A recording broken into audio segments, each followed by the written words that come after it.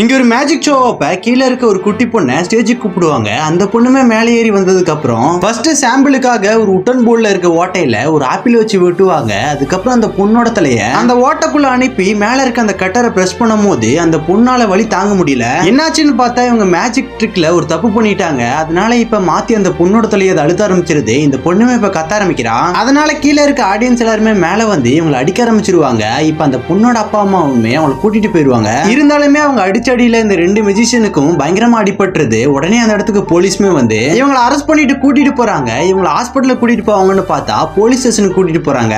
இப்ப அந்த மேஜிக் மேனையுமே கைதி ரூமுக்குள்ள அடைச்சிடுறாங்க. அவனுமே தண்ணி கேட்கறான். ஆனா அந்த போலீஸ் தண்ணியை கொடுக்க மாட்டேங்கிறான். மறுபடியும் இவன் தண்ணி கேட்கும் போது கரெக்டான நேரத்துக்கு லேடிஸ் இன்ஸ்பெக்டர் வந்துடுறாங்க. அவங்களுமே உன்னோட கேட் ரிலீஸ் பண்ணிட்டு உனக்கு தண்ணி தரேன், அதுக்கு நீ ஒன்னு பண்ணணும் அப்படின்னு சொல்லிட்டு அவங்க மொபைல் எடுத்து வீடியோ கால் பண்றாங்க. அவங்க பையனுமே கால் அட்டன் பண்ணதுக்கு அப்புறம் தம்பி உனக்கு மேஜிக் பிடிக்கும்ல, இவர் மேஜிக் பண்ணுவாரு பாரு அப்படின்னு சொல்லிட்டு மொபைலோட ஸ்கிரீனை திருப்புறாங்க. ஆனா இவர் மேஜிக்கே பண்ண மாட்டேங்கிறாரு. அதனால அந்த பையன் கோவம் பட்டு போனை கட் பண்ணிடுறான். இதனால இப்ப இந்த லேடிஸ் இன்ஸ்பெக்டருக்குமே கோவம் வந்து இவன் நெஞ்சிலே எட்டி உதச்சிடுறாங்க. இவனுமே கீழே விழுந்துறான். அதுக்கப்புறம் அவனை போட்டு பயங்கரமா அடிக்கிறாங்க. அப்ப திடீர்னு ஒரு கால் வருது. என்னன்னு பார்த்தா அந்த குழந்தைக்கு ஒண்ணுமே ஆகல. அந்த குழந்தையோட பேரண்ட்ஸுமே எந்த ஒரு கம்ப்ளைண்ட் கொடுக்கல அப்படின்னு சொல்றாங்க. அதை கேட்டோன்னு இந்த லேடிஸ் இன்ஸ்பெக்டருமே அவங்களே கம்ப்ளைண்ட் கொடுக்கல, நம்மளுக்கு என்ன அப்படின்னு சொல்லிட்டு இவனை காலையில விட்டுருங்க அப்படின்னு சொல்லிட்டு கிளம்புறாங்க. இப்ப காலையில விடிஞ்சதுக்கு அப்புறம் அவனையுமே ரிலீஸ் பண்ணிட்டு அங்கிருந்து போக சொல்றாங்க. அவனுமே சோகமா அங்கிருந்து கிளம்பி போறான். இதுக்கப்புறம் என்ன நடந்துச்சுங்கிற வீடியோ வேணும்னா கமெண்ட்ல எஸ்ன்னு கமெண்ட் பண்ணுங்க.